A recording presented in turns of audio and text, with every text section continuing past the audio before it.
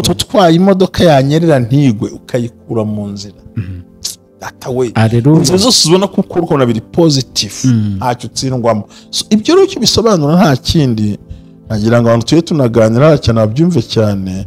Ubundi icya mbere utangira kumva muri wowe feva y'Imana. Se ni igikundiro cy'Imana, nuvuga ngo mu buryo bw'umwuka no mu buryo bw'ibitekerezo utangira kumva wowe ukabisa utangiye kumva ufite umunezero, ndetse bishobora gutangizwa no kumva hari ibyiza bikuzaho, ndetse utangira kugira connection iri hayi. Yego, connection iri hayi, iri ku rwego rwo hejuru. Ntabwo connecta naburuta n'abakuruta. Urakoze cyane. Ubundi iyo niyo bita connection iri hayi. Nuvuga ngo nge singi connecta no twicanye muri quartier, ahubwo ntangiye kwitabwa no guhamagarwa n'abandi bantu bandusha imbaraga, naho niyo mwahagarana byonyine bavuga ati bahita bagushaka nguha amakuru. Amakuru niyo mba nshaka nanjye. Umuntu yakoze ikintu umwami aramubwira ati ndashaka kuzagushimira. Yego. Amubwira ati nta inka ndayishaka, ariko uzamvuge mu izina, nishaka nze nkwicara iruhande umubwire ngo wambwawe, ariko unyongoreye. Ati ibyo gusa. Yego. Niko amubwiye. Inama yateranye ku nteko bicaye, avuga mu izina uwo mugabo ati ngwino hano.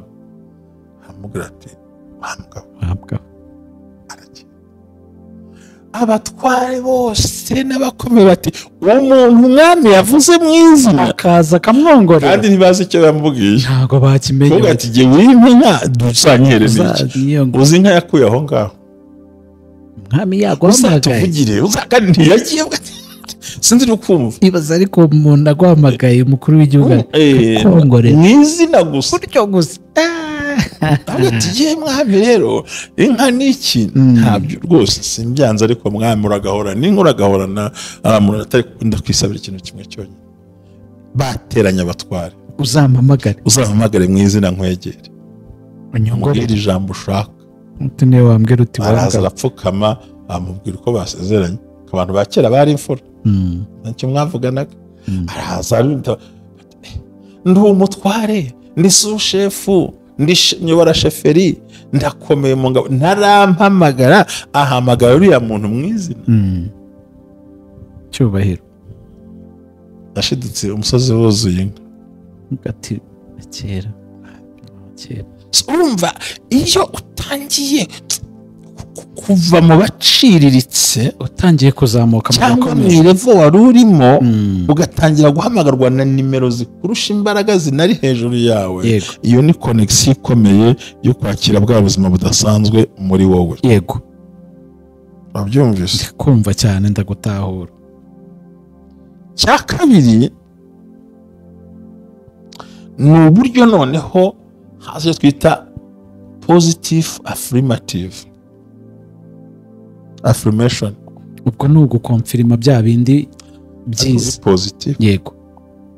Affirmation. Wango ni kashi. Ni ukuvuga ngo ikiba muri za nzozi zawe ubasha kubona ubwawe bwite mu bintu biri positive, mu byo washakagamo n'ibyo wibonagamo n'ibyo utekereza.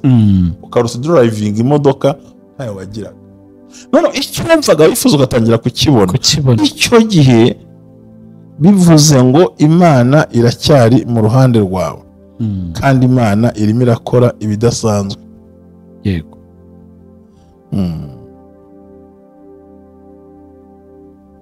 Amen. Imana yo mu ijuru ikugirire neza. Alleluia. Dukwiye gusengera ugize ikibazo muri famiye, umuntu ararwaye, tukatuze kumusengera Imana ntacyo. Yego. Hoya ubu ntanze icyifuzo, afite umubyeyi urwaye agomba kwegera, kandi Imana ibimukorera, karagaciyemo. Yego. Hanyuma rero dukomeje,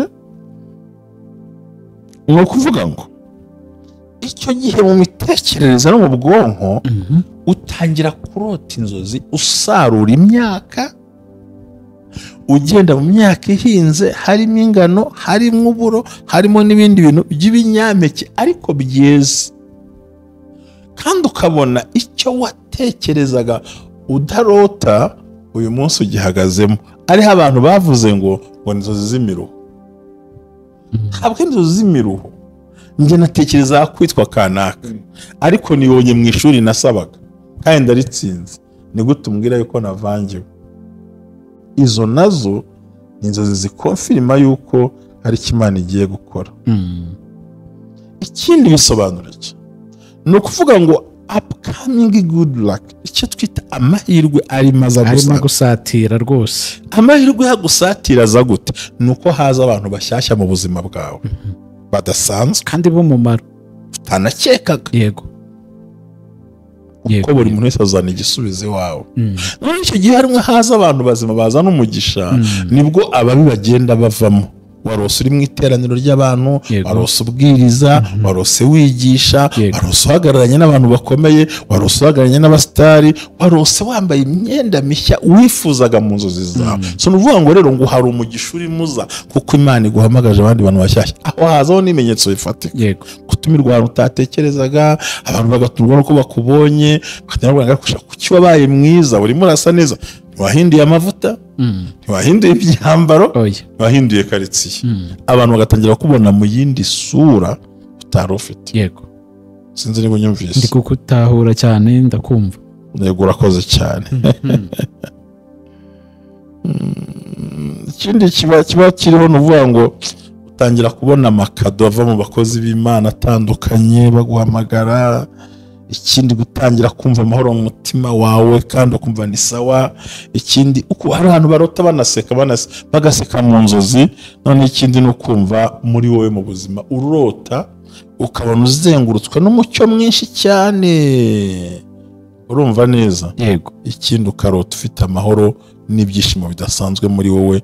Ibyo bintu bigaragaza yuko umugisha wawe urimo uza wihuta, ugiye kugeraho, ugiye kuwakira, wagusatiriye. Usigaye usa neza, usigaye uvuga neza, ngwino tuganirize. Uhinduka uwo kwifuzwa mu gahe gato cyane.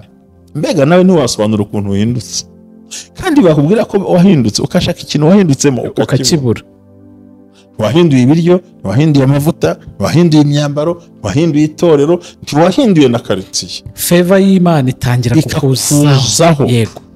Ku bufatanye n'inzego zifite mu nshingano, ubumwe bw'abera Ministries bwiyemeje kurandura burundu igwingira ry'abana bafite imyaka 5 kugera ku myaka 12, tubondora, tubagaburira, tubashyitsa ku kigero cyiza. Kwita ku mwana no kwita ku Rwanda rw'ahazaza. Kwita ku mwana no kwita ku maboko azagusimbura. Nawe niba mu kigo kigushishikaje ukumva ukinezerewe, fatanya n'ubumwe bw'abera Ministries kubaka u Rwanda rw'ahazaza, turandura burundu igwingira ry'abana mu kagari ubumwe bw'abera bukoreramo. Ubumwe bw'abera Ministries si idini, si itorero, nubwo genda no kuba ryo, ahubwo no muragira kwisanzura agakora igikorwa cy'umugisha agikorera abera bose. Buri muntu wese mu itorero rye abo wejejwe, ariko twita ku bana. Imana ibaha umugisha. Amen. Hallelujah, hallelujah, hallelujah, hallelujah. Ubumwe bw'abera Ministries buyobowe na Reverend Ntababazi Jean Baptiste, aha amavuta akandagira amateka dushingiye ku mvugo y'ijambo ry'Imana rigaragara mu gitabo cyayo ibice 33 umurongo wa 14 kugera ku 16, hasobanura yuko Imana ivugira mu nzozi no mwiyerekwa rya nijoro abantu bashyizweyo. Bityo abaho umugambi wo gusobanura kugira ngo udatesha agaciro inzozi zawe. Inzozi zawe nizo wowe. Ntaho uzatandukana n'imvugo y'Imana wizitesha agaciro, wizisuzugura. Izigambiriye kukugirira nabi zishingiye kuri karande ufite n'Imana ibikubwira, bisenye biveho. Ibishingiye mu kuri nabyo bisenga ukiranuke. Ubumwe bw'abera Ministries, buri muntu wese mu itorero rye abo wejejwe akorera nk'imirimo, ariko duhurire mu gukiranuka no kubaka ahazaza hawe hashingiye ku nzozi zawe n'imitekerereze yawe n'ibikorwa byawe. uruw'agaciro uriwe kandi uriwe niyo Imana izubakiraho amateka adasanzwe. Umwe bw'Abera Ministries umuntu arisanzura akamenya yuko Imana iri mu ruhande rwe. Shalom shalom. ngo hayi ikaze nanone ni ku Bumwe bw'Abera Ministries aho amavuta kandi agira amateka ubuzima bugahinduka. Benshi twakoze icyo twita guhinduka, duhindurirwa amateka bitewe n'ibiganiro twabonye hano.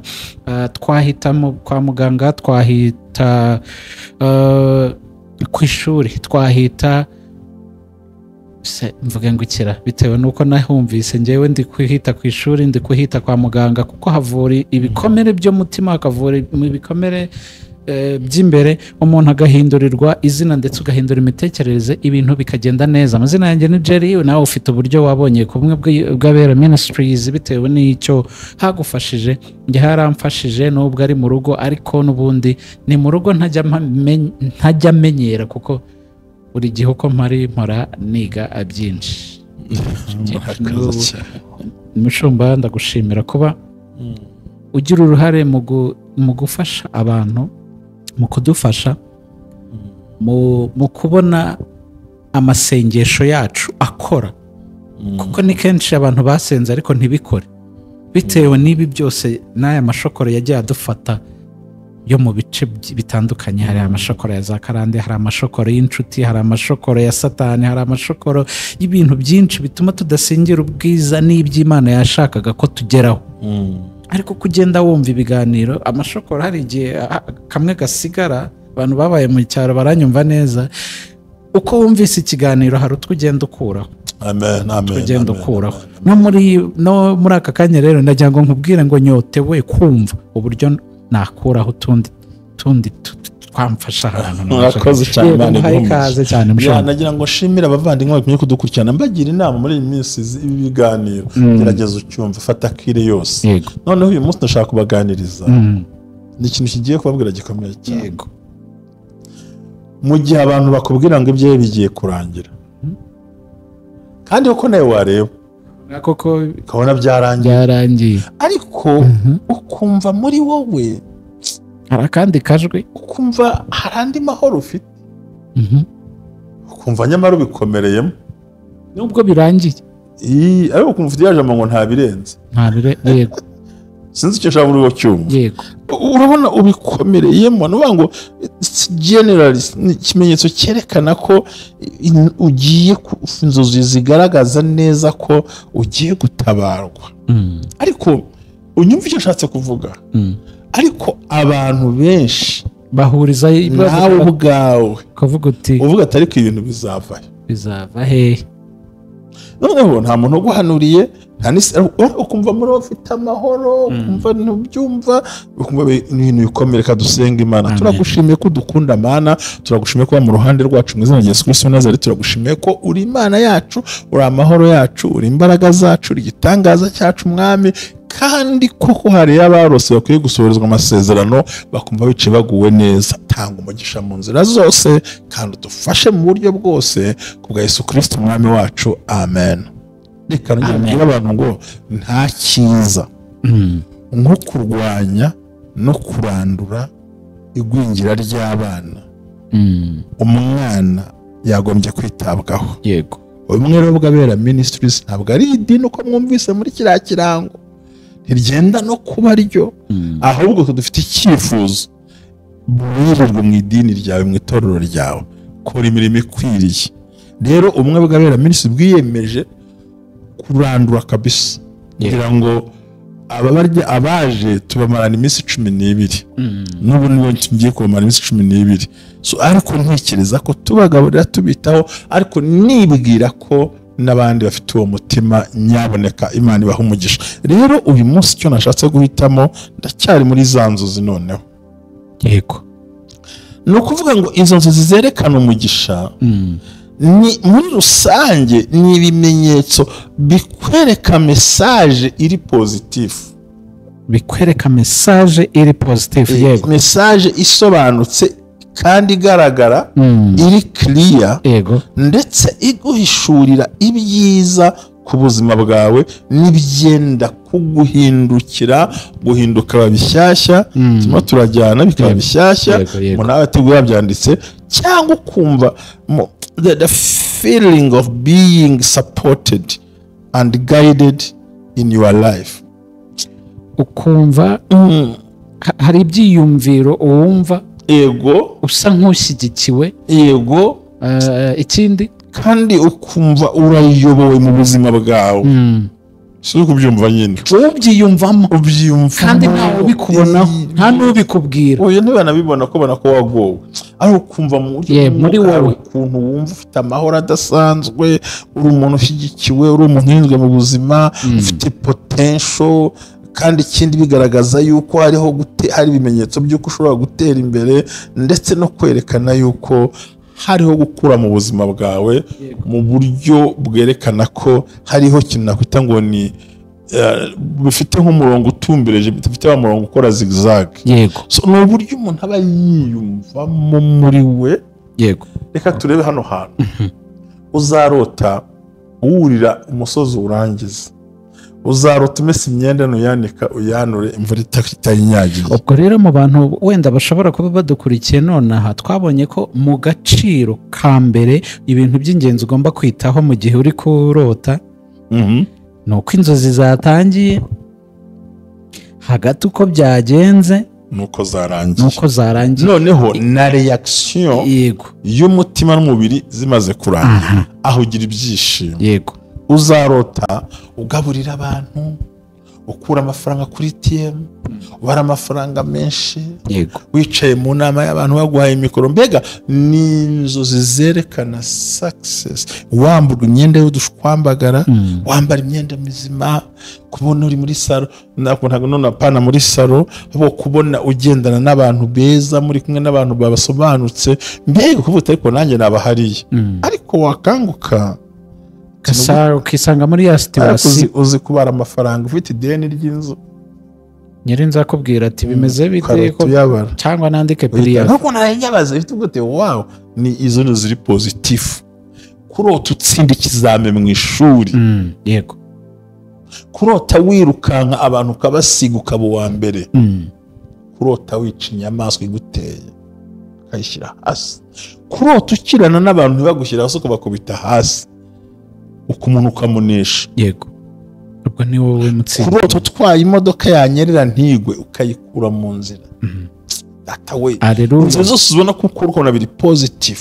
ntacyo utsindwamo ibyo rero icyo bisobanura nta kindi nagira ngo abantu tujye tunaganira cyane babyumve cyane ubundi icya mbere utangira kumva muri wowe feva y'Imana se ni igikundiro cy'Imana nuvuga ngo mu buryo bw'umwuka no mu buryo bw'ibitekerezo utangira kumva wowe ukabisa utangiye kumva ufite umunezero ndetse bishobora gutangizwa no kumva hari ibyiza bikuzaho ndetse utangira kugira connection iri hayi yego connection iri hayi iri ku rwego rwo hejuru ntabwo connecta naburuta n'abakuruta urakoze cyane ubundi iyo niyo bita connection iri hayi nuvuga ngo nge singi connecta n'uwo twicaranye muri quartier ahubwo ntangiye kwitabwa no guhamagarwa n'abandi bantu bandusha imbaraga naho niyo mwahagarana byonyine bavuga ati bahita bagushaka nguha amakuru niyo mba nshaka nanjye umuntu yakoze ikintu umwami aramubwira ati ndashaka kuzagushimira yego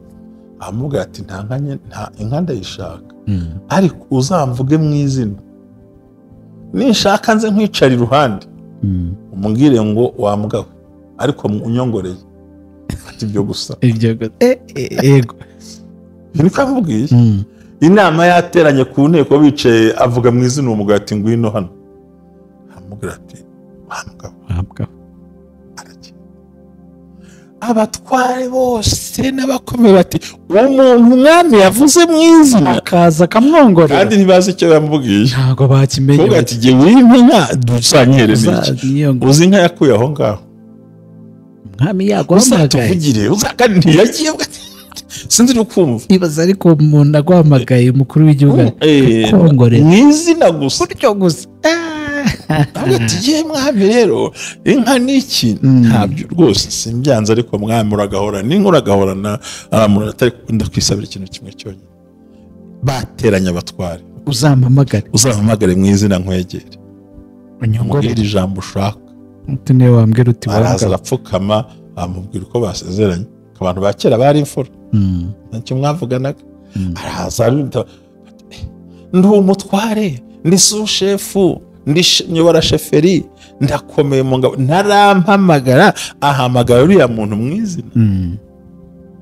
cyubahiro ashidutse umusozi wuzuye inka ati kera urumva iyo utangiye kuva mu baciriritse utangiye kuzamuka cyangwa mu irevo wari urimo ugatangira guhamagarwa na nimero zikurusha imbaraga zinari hejuru yawe iyo ni connection ikomeye yo kwakira bwa buzima budasanzwe muri wowe yego wabyumvise kumva cyane ndagutahura cya kabiri ni uburyo noneho haje twita positive affirmation ubwo ni ugukonfirima bya bindi byiza positive yego affirmation wango ni kashi ni ukuvuga ngo ikiba muri za nzozi zawe ubasha kubona ubwawe bwite mu bintu biri positive mu byo wishakagamo n'ibyo wibonagamo n'ibyo utekereza ukarusa driving imodoka ntayo wagiraga none icyo wumvaga wifuza ugatangira kukibona icyo gihe bivuze ngo Imana iracyari mu ruhande rwawe kandi Imana irimo irakora ibidasanzwe yego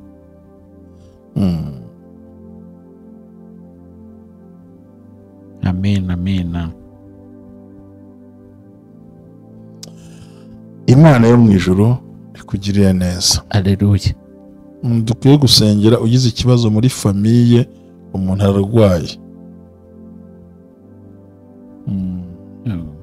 tukatuze kumusengera Imana ntacyo yego hoya ubu ntanze icyifuzo afite umubyeyi urwaye agomba kwegera kandi Imana ibimukorera karagaciyemo yego hanyuma rero dukomeje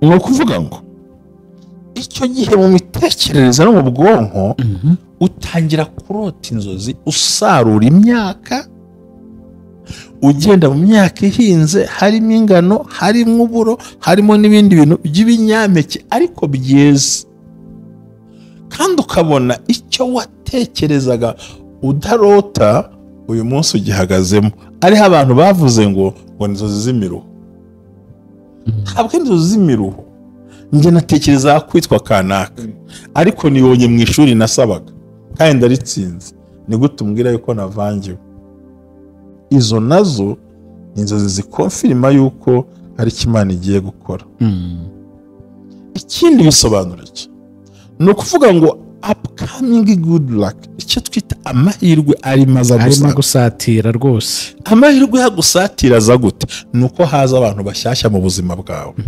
badasanzwe kandi b'umumaro utanakekaga yego kuko buri muntu wese azana igisubizo iwawe none icyo gihe harimo haza abantu bazima bazana umugisha nibwo ababi bagenda bavamo warose uri mu iteraniro ry'abantu warose ubwiriza warose wigisha warose uhagararanye n'abantu bakomeye warose uhagararanye n'abasitari warose wambaye imyenda mishya wifuzaga mu nzozi zawe so nuvuga ngo rero ngo hari umugisha urimo uza kuko Imana iguhamagaje abandi bantu bashyashya aho hazaho n'ibimenyetso bifatika gutumirwa ahantu utatekerezaga abantu bagatumwa nuko bakubonye bakagira kuki wabaye mwiza urimo urasa neza ntiwahinduye amavuta ntiwahinduye ibyambaro ntiwahinduye karitsiye abantu bagatangira kubona mu yindi sura utari ufite yego sinzi niba unyumvise ndi kukutahura cyane ndakumva yego urakoze cyane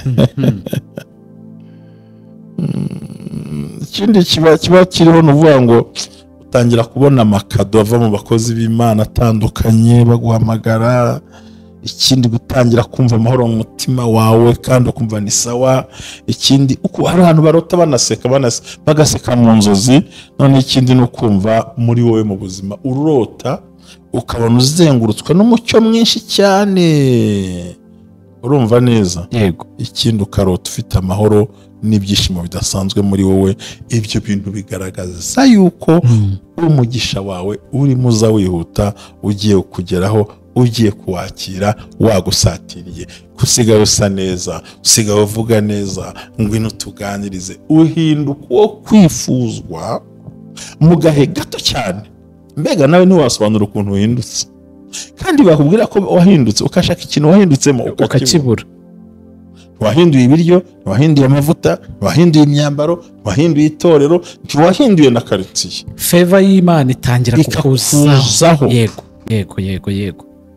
gabanya ibiryo, dore ugiye kubyuha, ntabyo wahinduye, urasa neza, bya bindi bisanzwe. ukabona abantu bakene bagufitiye inyota yo kukubona, kandi ugasanga bagufitiye inyota yo kubona si babandi bakurwanyaga, ahubwo ni ishyanga rishya Imana yohereje. nk'uko Imana yabwiye umukozi wayo Kuro ngo nuko nzakingura amarembo ntazigera yugarirwa.